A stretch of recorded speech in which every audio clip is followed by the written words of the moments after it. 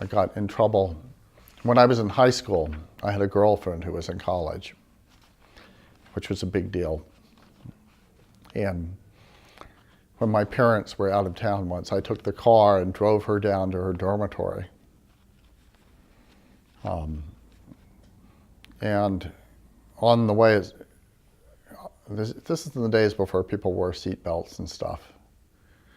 And I was sleeping while she was driving, and there was a rainstorm, and she drove off the road and smashed the car into her culvert. And my body went up and went through the steering wheel, and apparently I was still conscious because I got up, I flagged down a truck and got the truck to come and get her out of the car, and then the truck driver was putting us in the back of the car, and I said, "Oh, I'm sorry, I'm bleeding all over your car," and I fainted. This I've just been told. I don't remember any of that. What I remember of the story is that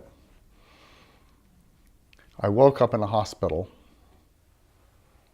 and I looked around, and there were all these nurses and doctors. And the last I remembered, I'd been driving in a rainstorm. And so I figured out there must be a car accident. And I realized that my girlfriend Charlotte wasn't there, and that maybe she had been hurt. But I was afraid if I jumped up and said something, they wouldn't tell me what had happened. So I decided I needed to be very calm. So I said, "Excuse me, I know there's been an accident. Was anybody hurt?" And everybody just ignored me like they didn't hear me. So I said it again. And it was like the Twilight Zone. All these people were moving around me, but it was like I wasn't talking. And I said it a third time, same thing. And I'm like, well, this is weird. Am I dead or something? And finally I said, "What's going on here? Why isn't anybody paying attention to me?" And then they all started paying attention to me. Well, it turns out I had been in the hospital for 3 days. And every few hours for the last couple of days, I had woken up out of whatever state I was in, apparently gone through this exact same line of thinking, said exactly the same thing, and then fainted. So they were just used to this. But apparently I'm very consistent because I would go through the same thing.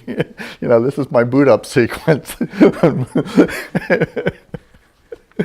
But so I only remember the last time, but they remember all the ones that came before it.